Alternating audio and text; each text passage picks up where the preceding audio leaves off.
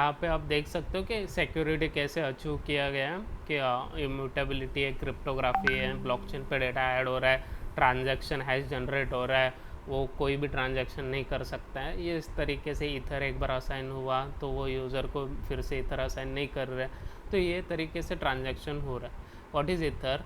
तो ईथर एक crypto currency है। इथेरियम हमें कुछ पेमेंट देती है, marginal fee. Ether is the token by which you make this payment. तो एक तरीके का क्रिप्टो करेंसी है। बस क्रिप्टो करेंसी इतना बोल दिया तो भी हो गया। इसमें इथेरियम का हर एक का, जैसे इंडिया का रुपीज़ है करेंसी, वैसे इथेरियम का ईथर एक ब्लॉकचेन का क्रिप्टो करेंसी है। विच एल्गोरिदम यूज्ड बाय ब्लॉकचेन, तो SHA-256 ये जो है 32 कैरेक्टर लेंथ होता है। फिर कॉन्सेंसस एल्गोरिदम जो मैंने पहले भी एक्सप्लेन किया है कि ये कॉन्सेंसस जो एल्गोरिदम है, पीयर्स जो होते हैं, नोड्स जो होते हैं, वो कंफर्म करते हैं कि ट्रांजैक्शन को जो आया है ट्रांजैक्शन ये ट्रस्टफुल ट्रांजैक्शन है कि नहीं। तो ट्रस्टफुल ट्रांजैक्शन कैसे चेक होगा, तो आपको ये समझ में आ जाएगा कि जैसे ही कोई भी ट्रांजैक्शन हो रहा है, अभी पीयर्स बैठे हैं मुंबई, पुणे, दिल्ली में, नोड्स हैं, तो नोड्स जैसे ट्रांजैक्शन कर रहे हैं, कोई भी ट्रांजैक्शन का जो वैल्यू आ रहा है वो प्रीवियस ब्लॉकचेन से वेरीफाई होगा। ये वेरिफिकेशन का जो काम है ये कॉन्सेंसस एल्गोरिदम कर रहा है। हम जो है हमारे इसमें कॉन्सेंसस हम यूज़ नहीं कर रहे, रियल टाइम में कॉन्सेंसस यूज़ होता है। तो यहाँ पे what is transaction receipt? Transaction receipt are use to mechanism store state after a transaction has been executed. तो यहाँ पे जैसे ही आप इधर ट्रांसफ़र करते हो, ट्रांजैक्शन रिसिप्ट जनरेट होता है, जो हमारे पास एक हैश होगा। ये जो हैश होगा ये 64 कैरेक्टर लेंथ का हैश होता है, और उसमें सब पूरा ट्रांजैक्शन ब्लॉकचेन पे जो भी डेटा है वो हम देख सकते हैं कि किसने क्या किया, कौन से अकाउंट से किस अकाउंट में इथर ट्रांसफ़र हुआ, सब देख सकते हैं वहाँ पे। Where is data stored of users public की? तो यूज़र्स का पब्लिक की यहाँ पे लिखा हुआ है ई प्राइवेट ब्लॉकचेन चेन डेटा की स्टोर में। आपको ये सब दिखाई देगा। हाउ ब्लॉकचेन वर्क्स ये मैंने एक्सप्लेन किया हुआ है कि ब्लॉकचेन सिमिलर टू बिटकॉइन नहीं। ब्लॉकचेन और बिटकॉइन में बहुत डिफरेंस चीज़ है। हाउ ब्लॉकचेन वर्क्स आपको आपके प्रोजेक्ट रिलेटेड एक्सप्लेन करना है। Is blockchain similar as bitcoin? तो बिटकॉइन जो है ब्लॉकचेन का एक एप्लीकेशन है, बिटकॉइन मतलब ब्लॉकचेन नहीं है। बहुत सारे स्टूडेंट्स, बहुत सारे डेवलपर्स कंफ्यूज है इसमें कि बिटकॉइन और ब्लॉकचेन सेम है। उनको अगर आप बोलोगे कि ब्लॉकचेन पे वर्क कर रहे हैं तो बोलेंगे बिटकॉइन ही है क्या वो?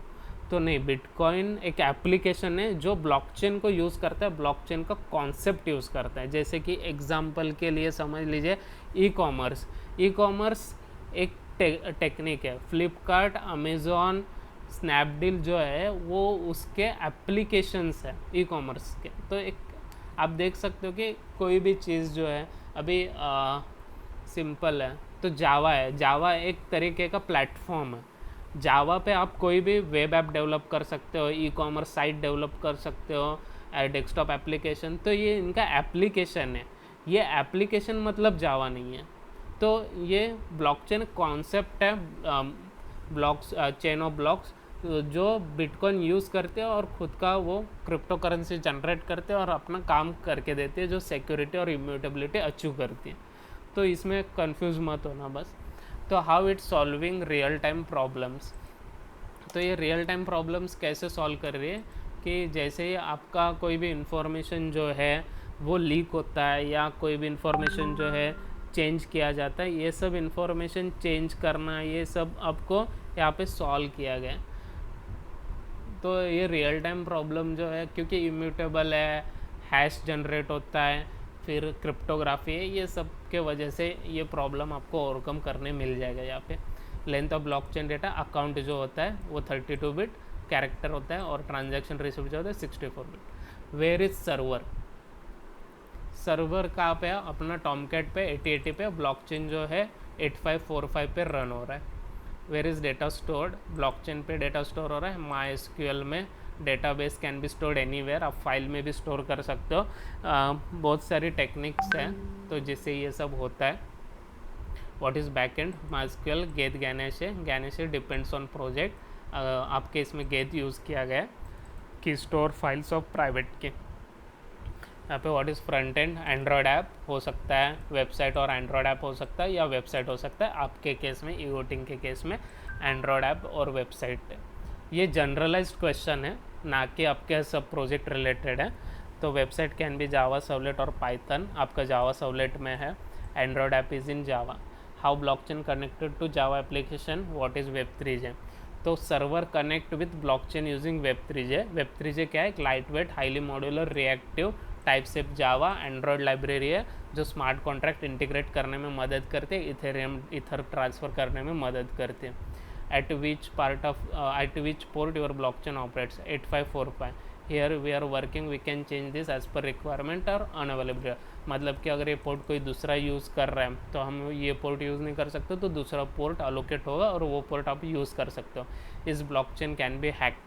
तो इसको मैंने पहले एक्सप्लेन कर दिया है कि कैसे वो ब्लॉकचेन हैक नहीं हो सकता है।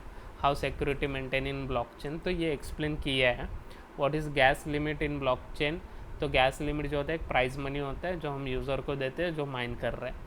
Is our blockchain public, private और कंसोर्टियम, तो पब्लिक प्राइवेट है अपना ब्लॉकचेन। ये लिंक पे जाके आप देख सकते हो कि क्या बोला है प्राइवेट ब्लॉकचेन के बारे में, सब कुछ बता दिया गया। तो यहाँ पे लिखा हुआ है सॉलिडिटी। सॉलिडिटी एक लैंग्वेज है जिसमें आप क्या कर सकते हो, स्मार्ट कॉन्ट्रैक्ट लिख सकते हो। पाइथन, जावा, C++, इसमें वो कन्वर्ट हो सकता है। तो स्मार्ट कॉन्ट्रैक्ट बनाने के लिए सॉलिडिटी यूज़ होता है। सॉलिडिटी में आप एक दूसरे के साथ क्या ट्रांजैक्शन करना चाहते हो, जैसे एक लॉयर है, वो लॉयर क्या कर रहा है कि कहीं से बाय कर रहा है और कहीं पे सेल कर रहा है। तो कहीं पे बाय और सेल के बीच में ये लॉयर जो है पूरा इंटीग्रिटी मेंटेन करने का काम करता है कि यहाँ से ट्रांसफ़र हो और इसके मतलब कि प्रॉपर्टी जो है यूज़र ए से यूज़र बी को ट्रांसफ़र हो, फिर यूज़र बी से यूज़र ए के अकाउंट में पैसे ट्रांसफ़र हो। अगर ये ऐसा होता है तो ही वो चीज़ पॉसिबल है कि वो एक दूसरे के साथ वो ट्रांजैक्शन हो रहा है, नहीं तो फिर होगा क्या कि फ्रॉड होगा। तो फ्रॉड ये अवॉइड करने के लिए स्मार्ट कॉन्ट्रैक्ट बन जाता है। स्मार्ट कॉन्ट्रैक्ट क्या कर रहा है कि ये प्रॉपर्टी इसी ओनर का, ये वेरीफाई होगा। फिर दूसरा चीज़ जो है, इसके अकाउंट में इतना बैलेंस है क्या, ये इतना लोन ले सकता है कि ऑटोमेटिकली ये ट्रांजैक्शन से मैच होगा और वो उसको असाइन कर देगा कि ये दोनों वैलिड है और ट्रांजैक्शन करने के लिए फिजिबल है और स्मार्ट कॉन्ट्रैक्ट इस दोनों के बीच में हो सकता है। जैसे ही वो स्मार्ट कॉन्ट्रैक्ट बनेगा, स्मार्ट कॉन्ट्रैक्ट बनते ही वेरीफाई होगा, ब्लॉकचेन में ऐड होगा, वैसे ही जो प्रॉपर्टी के राइट्स है वो जो है सेलर बायर के नाम पे ट्रांसफ़र हो जाएंगे और सेलर के अकाउंट में से पैसे इसको ट्रांसफ़र हो जाएंगे बायर को। तो इस तरीके से वो स्मार्ट कॉन्ट्रैक्ट होता है। व्हाट इज़ रेमिक्स, रेमिक्स जो है एक आईडी है जो हम सॉलिडिटी कोड राइट करने के लिए ऑनलाइन आईडी, मतलब कि डेवलपमेंट टूल है एक।